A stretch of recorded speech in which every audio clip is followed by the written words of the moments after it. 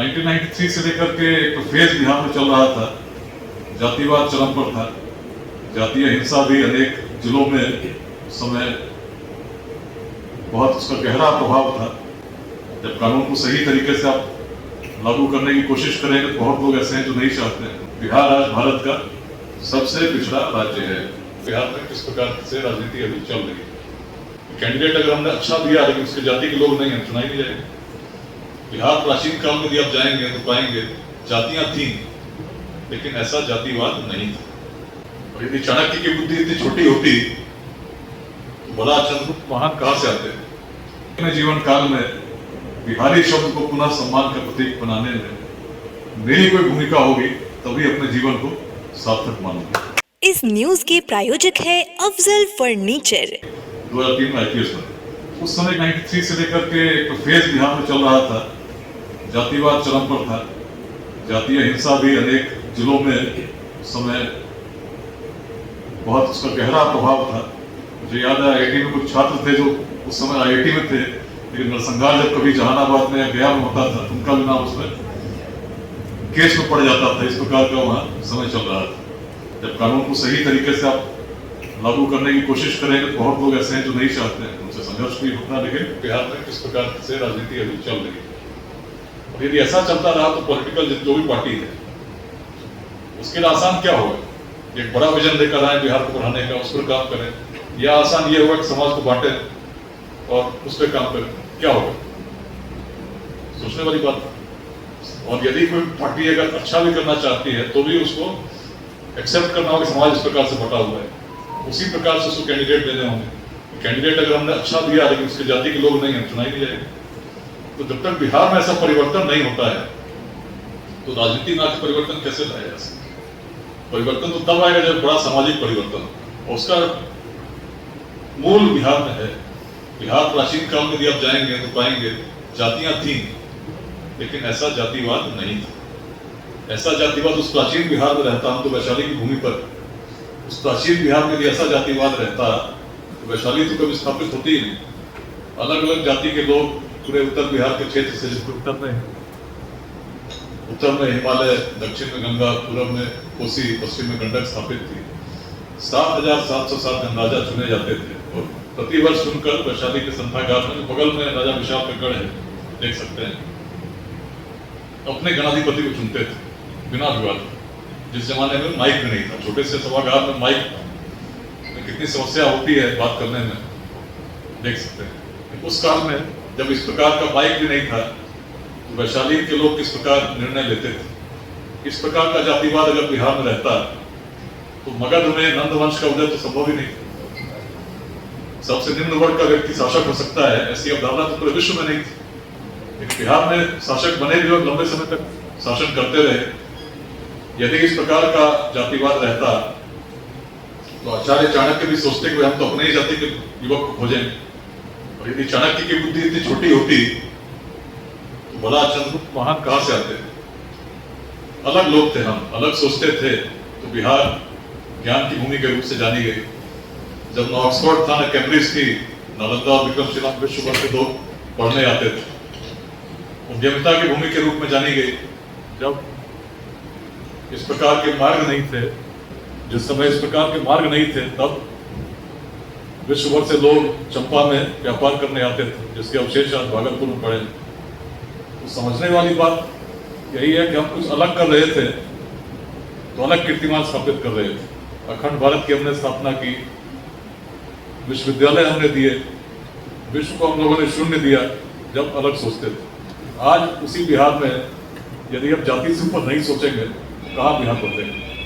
तो इस let's inspire Bihar अभियान में हम लोग जो 3 मंत्र हैं, शिक्षा, समता और उद्यमिता, तीनों का उतना ही महत्व। शिक्षा की यदि बात करें तो हम लोग आज लोगों को इसलिए जोड़ रहे हैं कि अपने इलाके के आसपास को देखिए, आसपास में हम किस प्रकार से परिवर्तन ला सकते हैं, इस पर जो हम लोग काम कर रहे हैं।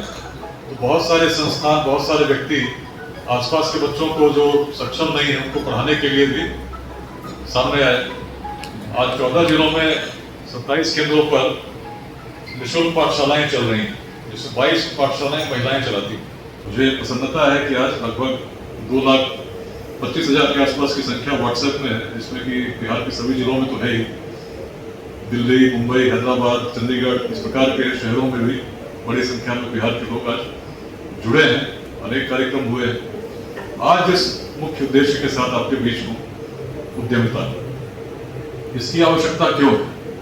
कई बार लोग मुझसे पूछते हैं कि आप तो सरकारी नौकरी में चले गए, बाकी लोगों को आप कह रहे हैं कि उद्यमी बनो, क्यों ऐसा कह रहे हो? तो बहुत स्पष्टता के साथ इसलिए मैंने पहले बताया कि मेरे मन में उस समय क्या चल रहा था जब बिहार में देखता था, जब मैं पढ़ता था, और मुझे जो लगा उस समय कानून व्यवस्था की जो स्थिति थी उसको सोचते हुए अपने लिए एक दायित्व तो मैंने चुना कि बिहार में बड़ा परिवर्तन करना है। मेरी नौकरी बड़ी लगी थी, चाहते तो हम भी कुछ कर सकते थे, लेकिन आज जो कर रहा हूँ केवल जो इसके लिए सरकार वेतन देती है वो नहीं कर रहा हूँ। शनिवार रविवार बिहार में पिछले 4 वर्षों से भ्रमण करता हूँ, लोगों को प्रेरित करने का प्रयास कर रहा हूँ, क्योंकि एक बड़ा परिवर्तन बिहार में जब तक नहीं आएगा तो भारत के विकसित होने का जो स्वप्न हम लोग देख रहे हैं वो संभव नहीं हो सकता। आज 2047 का एक लक्ष्य लेकर पूरा देश चल रहा है। उस लक्ष्य में भी सबसे बड़ा कोई अवरोध है तो अपना बिहार, जिसकी जनसंख्या बहुत बड़ी है, उसमें युवा जनसंख्या की बात करें तो 14 करोड़ में 9 करोड़ की आयु आज 30 साल से कम है। इतनी बड़ी जनसंख्या यदि स्किल्ड हो जाती, इतनी बड़ी जनसंख्या यदि सक्षम हो जाती तो फिर तो कुछ करने की जरूरत ही नहीं थी, फिर इंस्पिरेशन की जरूरत कहाँ है। लेकिन दुर्भाग्य यह है कि इतनी बड़ी जनसंख्या के साथ बिहार आज भारत का सबसे पिछड़ा राज्य है। और यदि केवल स्टैटिस्टिक्स की बात बड़ी महत्वपूर्ण होती है समझने के लिए कि ग्रेविटी क्या है, कई बार हम लोग सुनते हैं कि इतने लाख सरकारी नौकरी की बात करके चुनाव लड़ा जाता है। चुनाव लड़ा जाता है ये कहते हुए 6 महीने में पलायन बंद हो जाएगा। सुनते होंगे सब लोग, सोशल मीडिया से जुड़े हैं, टीवी से जुड़े हैं, लेकिन यथार्थ क्या है? आज बिहार की जनसंख्या 14 करोड़ है और बिहार में पर कैपिटा इनकम की यदि हम बात करें तो केवल एक महीने में एवरेज एक व्यक्ति 5,028 रुपये बिहार में आज कमाता है।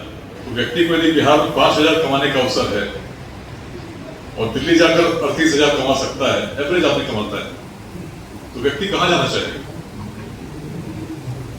सीधी सी बात है, जहां इकोनॉमी जहां सुदृढ़ होगी तो आदमी उसकी तरफ बढ़ेगा। यही सबसे बड़ा कारण है कि आज बिहार में क्यों इतनी बड़ी संख्या में लोग बाहर जाते हैं। आपकी भूमिका क्या हो सकती है? मैं ये नहीं कहूंगा कि आप बिल्कुल बिहार में रह जाइए, यहीं पे संघर्ष कीजिए, ये तो आपका अपना, हर व्यक्ति का अपना ऑप्शन होता है। मैं ये कहूंगा कि सबसे पहले आप सफल हो जाइए। आप जो चाहते हैं, यदि आप चाहते हैं सबसे अच्छी नौकरी भी करना, अच्छी कंपनी में जरूर कीजिए, लेकिन बिहार को यदि बदलना है तो हमें कुछ ऐसे थॉट लीडर्स की जरूरत है, कुछ उद्यमियों की जरूरत है। कारण क्या है? अगर आप सबसे सीधे तरीके से यदि बिहार चलता रहा जैसा चल रहा है तो बहुत बड़ा परिवर्तन आता हुआ नहीं।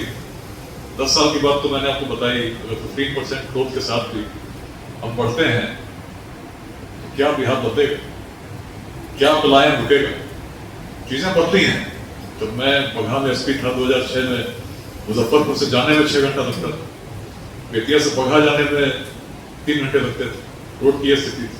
आज रोड की स्थिति बहुत खराब नहीं, यहाँ से बगहा जाने में भी शायद 3.5 घंटे पहुंच जाएंगे। स्थिति में परिवर्तन हुआ है, लेकिन अपेक्षा क्या है कि हर व्यक्ति को हम रोजगार दे सकें।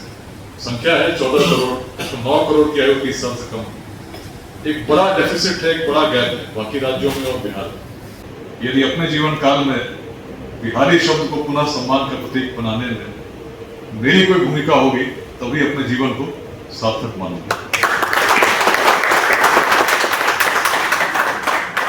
शादी का फर्नीचर सेट 34,500 से स्टार्ट। AFZ फर्नीचर के ऑफिशियल YouTube चैनल पर विजिट करिए विशेष जानकारी के लिए और परचेज करिए बिहार के सबसे बड़े शोरूम से।